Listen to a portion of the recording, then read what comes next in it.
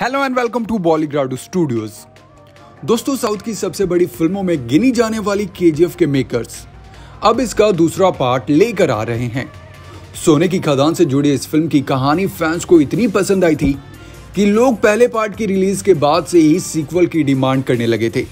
वहीं film KGF जिस खदान पर आधारित है यानी कि बेस्ड है, उसका इतिहास 100 सालों से भी ज्यादा पुराना है।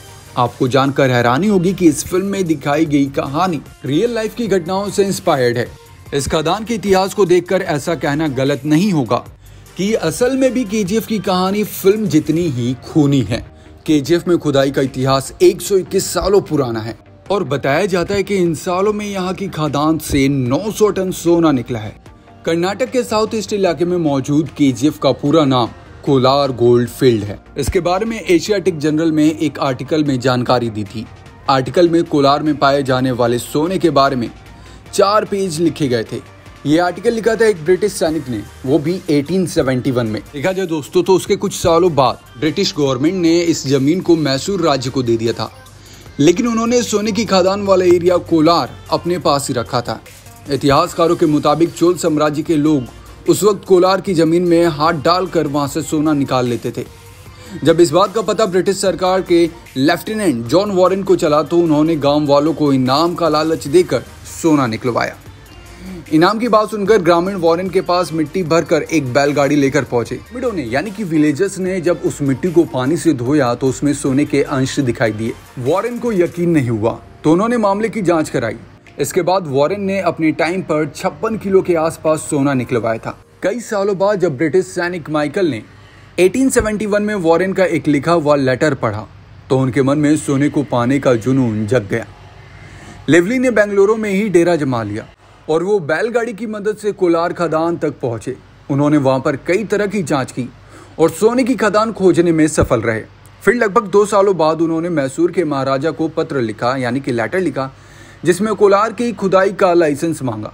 आपको बता दें कि लेवली ने कोलार में 20 सालों तक खुदाई करने का लाइसेंस मांगा था और फिर शुरू हुआ मौत का खेल। दोस्तों, तो अंग्रेजों के लिए केजीएफ एक बहुत ही छोटा सा आइलैंड था।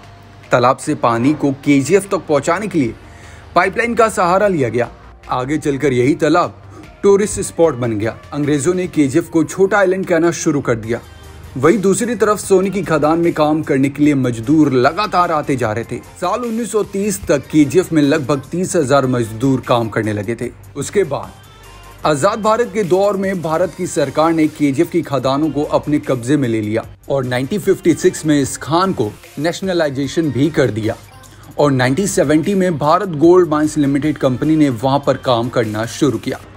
शुरुआत में इन खदानों से सरकार को काफी फायदा हुआ, लेकिन 80s का दौर आते आते कंपनी नुकसान में पहुंच गई और तो और कंपनी के पास अपने मजदूरों के हक के पैसे देने के लिए भी आमदनी नहीं बची। फिर 2001 में यहाँ पर खुदाई बंद करने का फैसला किया गया और देखते देखते धीरे धीरे कोलार गोल्ड फील्ड खंडहर बन गया। आज भी कई रिपोर्ट्स में ये दावा किया गया है कि आज भी केजीएफ में बहुत ज्यादा गोल्ड मौजूद है। देखा जाए दोस्तों तो जो केजीएफ फिल्म बन रही है, फिल्म में 50% रियलिटी है और 50% इमेजिनेशन।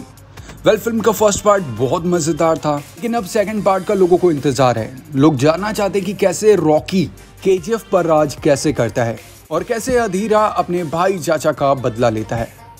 आप कितने एक्साइटेड है इस फिल्म के लिए और कैसी लगी ये अपडेट, नीचे कमेंट बॉक्स में अपनी राय शेयर करें। Thank you so much. देखते रहें बॉलीग्राडो स्टूडियोज।